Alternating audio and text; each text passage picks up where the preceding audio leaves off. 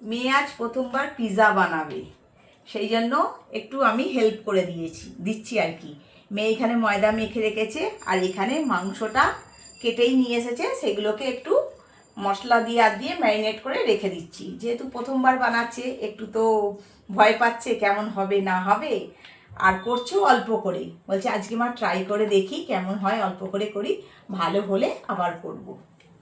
তো এগুলো দিয়ে দিই। এখন মাখা হয়ে গেছে, একটু ফ্রিজে কিছুক্ষণ রেখে দেবো। কতক্ষণ রাখতে হবে? 15 মিনিট আধ ঘন্টা রাখলেই হবে। 15 মিনিট 8 ঘন্টা রেখে দিয়ে তারপর ও রেডি করবে। এর পরের কাজগুলো ওই করবে। যদি আমার কিছু হেল্প করতে লাগে করে দেবো, কারণ প্রথমবার বানাচ্ছে তো। তো চলো নেক্সট ভিডিওতে আসবো, তাই না? হ্যাঁ, এখন চলছে পিৎজা তোড়জোড়, তাই তো? পিৎজা করার জন্য ময়দাটাকে মেখে রেখেছিল, সেটাকে এখন বেলছে। আর ওইদিকে চিকেন হয়ে গেছে। হ্যাঁ, চিকেন ভাজা হয়ে গেছে। দাঁড়া দেখি, চিকেনটাও ভাজা হয়ে গেছে। হ্যাঁ রে, সাদা সাদা ওইগুলো কি দিলি? ওগুলো চিজ মা। ও চিজ দিয়েছিস, তাহলে চিকেনটা কখন দিবি? এই তো এর পরে দেবো। এই যে চিকেন ভাজা হয়ে গেছে, ওখানে চিজগুলোকে কি করে রেখেছিস? কাটারে ছিলে রেখেছে। এরপর কি করবি? এরপরে চিকেনগুলো দেবো, ক্যাপসিকাম দিয়ে একটু সাজিয়ে নেব, দিয়ে এখনো দেরি আছে আর কি, তাই তো? এখনো বসাতে ঠিক আছে, তৈরি কর ততক্ষণ। হ্যাঁ, আমার পিৎজা সাজানো কমপ্লিট। এই দেখো, দেখতে কিছুটা এইরকম হয়েছে। আমি এটা মাইক্রোওভেনে করব না, গ্যাসে করব, কারণ মাইক্রোওভেনে কত কি টেম্পারেচার সেট করতে হয়, কতক্ষণ টাইম দিতে হয় আমি ঠিক জানি না। তো সেই জন্য চলো গ্যাসে এটা বসিয়ে দেবো।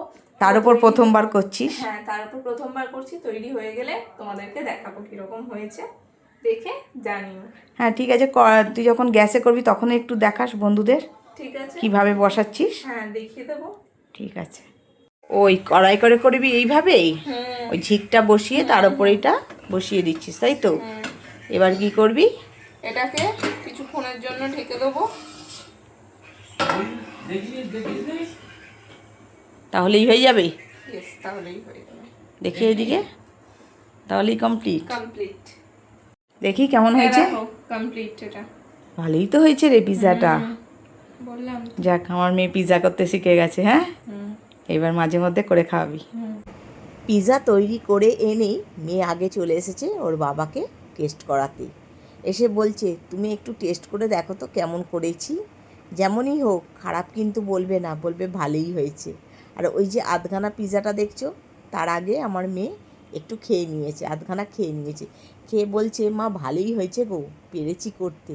আর এদিকে আমার কর্তামশাই খেয়ে দে বলছে ভালো করেছে মেয়ে, প্রথমবার করলো তো খুবই সুন্দর করেছে, বেশ টেস্ট হয়েছে। এখন বলছে তুমি একটু টেস্ট করে বলো তো কেমন করেছে, আমার তো খুবই ভালো লাগলো। আমি এখন টেস্ট করে বলছি যে হ্যাঁ ভালো হয়েছে। আমি পিৎজা খুব একটা খাই না, একদমই খাই না, তো আমার মুখে খারাপ লাগলো না, ভালোই লাগলো। যাক, মেয়ে যখন করতে শিখে গেছে তাহলে আর বাইরে থেকে কিনে আনতে হবে না, ঘরেই তৈরি করে খাবে। আমার কর্তাকে আমি বলছি তোমার ভালো লেগেছে তো, তাহলেই হলো। আমি তো খুব একটা খাই না,